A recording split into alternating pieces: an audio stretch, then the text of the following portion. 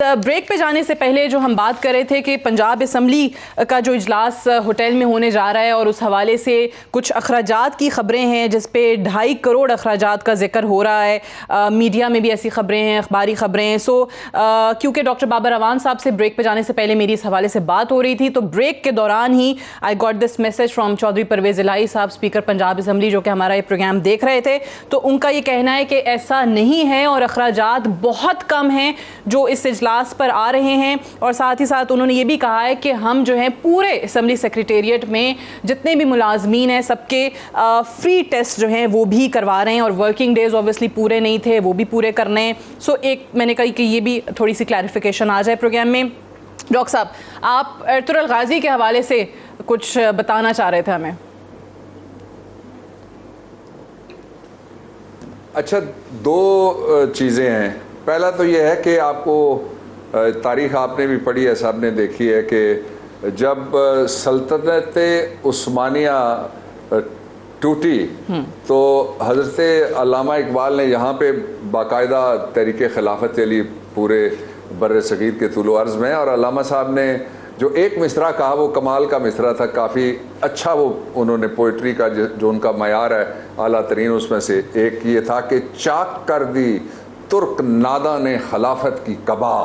वो जो मुसलमानों की एक अलामती दुनिया के अंदर सुप्रमेसी का जो एक अलामत थी वो टूट गई। उससे पहले अगर हम जाते हैं तो ये गाजी सुल्तान सलाउद्दीन अय्यूबी रहमतुल्लाह अलैह, उनके ज़माने से जो वॉर्स होती थी और जो नूरुद्दीन जंगी रहमतुल्लाह अलैह, वो जो उनके उस्ताद थे, कमांडर और सुल्तान थे वो भी, तो जो वॉर्स होती थी उस वक्त क्रूसेड्स उनको कहते थे, मजहबी नाम के ऊपर वहाँ की रियासतें मगरिब की इकट्ठी होके, लेकिन वो समझ लीजिए कि उस ज़माने का 15वीं सदी का 16वीं सदी का वो नेटो था।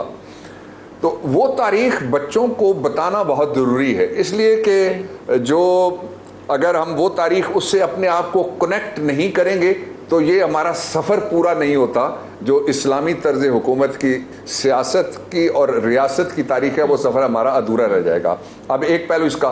दूसरा, मैं आपको बड़े मज़े की बात बताऊं, आप टेलीविज़न से बहुत ज़माने से वाबस्ता हैं, बल्कि मैंने वाहिद एक फैमिली इंटरव्यू सारी ज़िंदगी में जो दिया वो मैंने आपको दिया था। ऐसा ही, थैंक यू वेरी मच।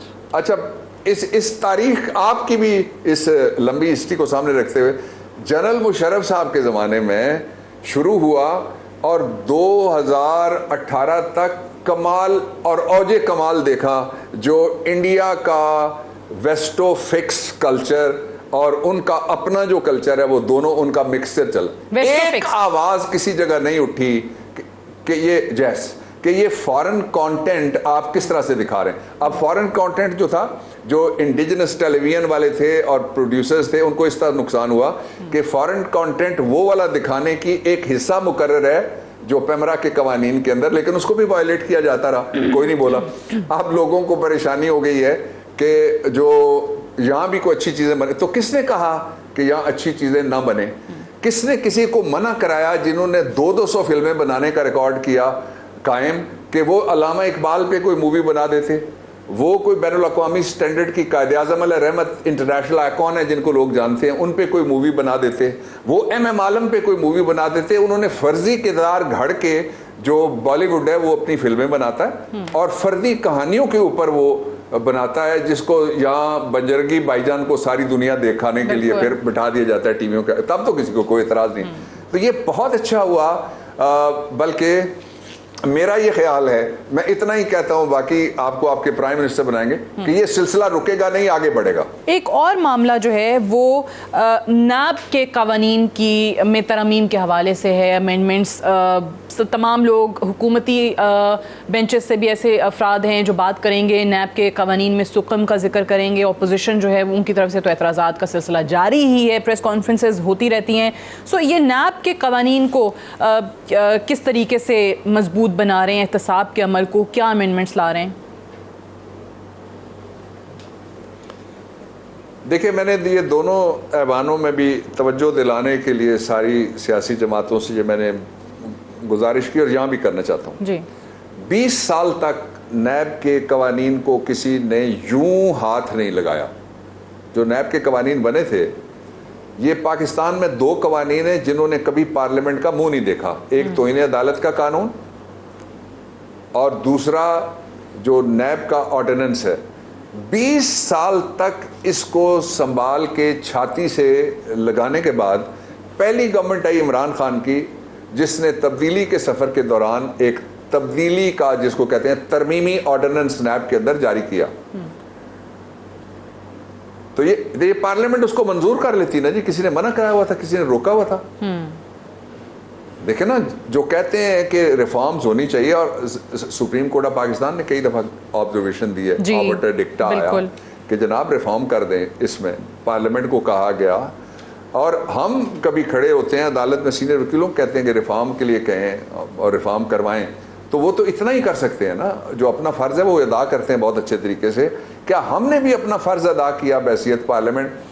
अब 2 चीज़ें नहीं हो सकती इमरान खान की मौजूदगी में। सबसे पहला ये, कोई ये मत समझे कि एहतसाब पे कोई कॉम्प्रोमाइज़ हो सकता है, जैसा कहते हैं ना 18वीं तरमीम दे दो जी और नैब लॉ ले लो, ये नहीं होगा, सवाल ही पता नहीं। ये वाकई बात दुरुस्त है कि ये 18वीं तरमीम वाले मामले पे ये अपोजिशन की जितनी जमातें जो कि 18वीं तरमीम में अमेंडमेंट का नाम भी नहीं अभी सुनना चाह रही हैं, ये कॉम्प्रोमाइज़ करने को तैयार हो जाएंगी अगर केसेस में इनको कहीं ना कहीं से कुछ छुटकारा मिल जाए। ये बात दुरुस्त है।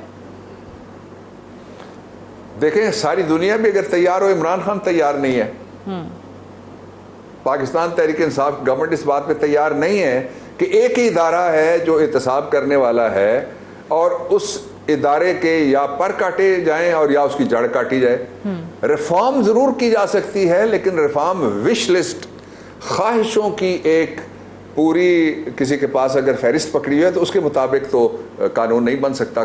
कौम की ज़रूरतों के मुताबिक हर जगह, हर कानून में अमेंडमेंट की, इम्प्रूवमेंट की दोनों गुंजाइशें मौजूद। मैं आपको मिसाल देता हूँ, आपने 18वीं तरमीम की बात की, मैं तब लॉ मिनिस्टर था, पीपी की गवर्नमेंट थी और रज़ा रब्बानी चेयरमैन थे, वो जो 18वीं आईनी तरमीम वाली कमेटी थी। फिर वो बाद में उसी दौर में वो सुप्रीम कोर्ट ऑफ पाकिस्तान में चैलेंज हुई और 19वीं तरमीम जिसके नतीजे में करनी पड़ी।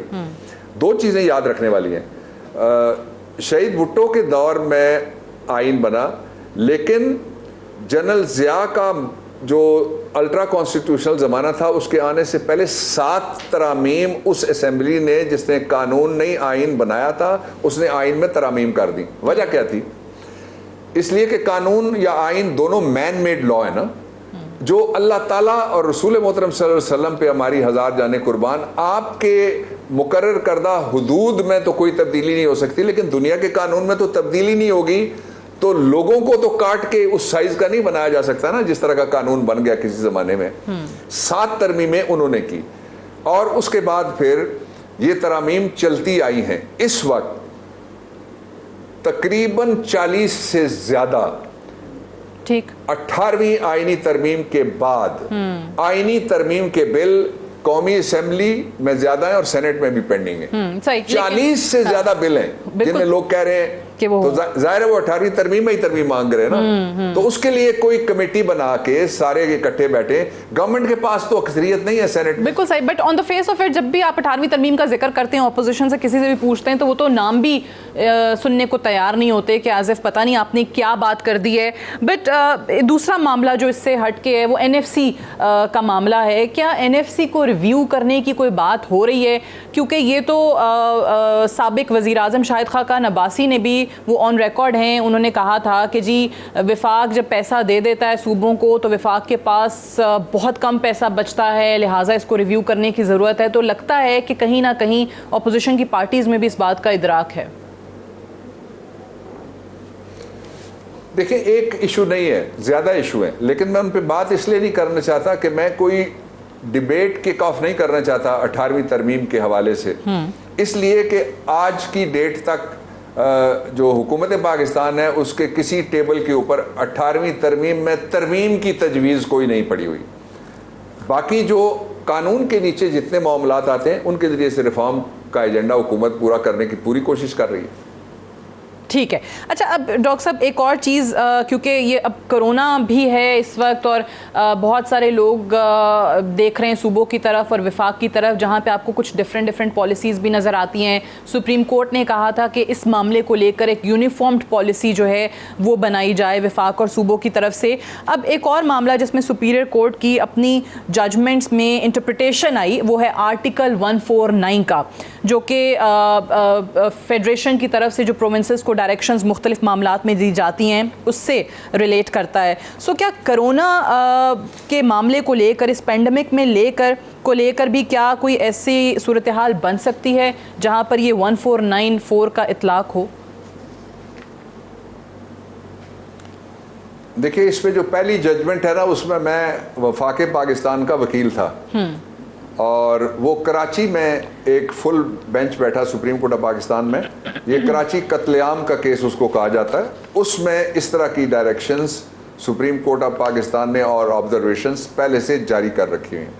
अब जो रीइटरेट हुई है बात, उसका नतीजा देखने की ज़रूरत है। नतीजा ये है कि पाकिस्तान एक वादत है और नीचे जो उसके इकाइयाँ हैं वो मुमालिक नहीं है, वो उस वादत के फेडरेटिंग यूनिट्स हैं।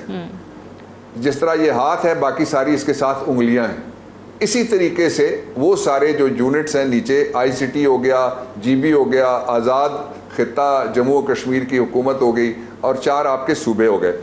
तो जाहिर है वो पॉलिसीज़ जो नेशनल कॉन्सिक्वेंसेस पैदा करती हैं उनमें एक पॉलिसी होनी चाहिए। मैं उसकी 3 फोरम्स इस वक्त मौजूद हैं।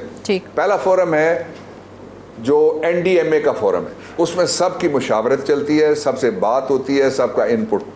दूसरी असद उमर कमेटी, वो सबको सुनती है, सब वहाँ शरीक होते हैं और सब वहाँ पे बैठते हैं। और तीसरा है पार्लियामेंट।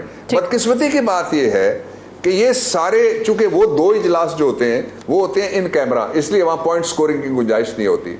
वहाँ मीडिया नहीं होता, वहाँ रिपोर्टर नहीं होता, वहाँ कैमरा नहीं होता, वहाँ चैट शो नहीं हो रहा होता। जब लोग बाहर निकलते हैं वो पहचाने ही नहीं जाते।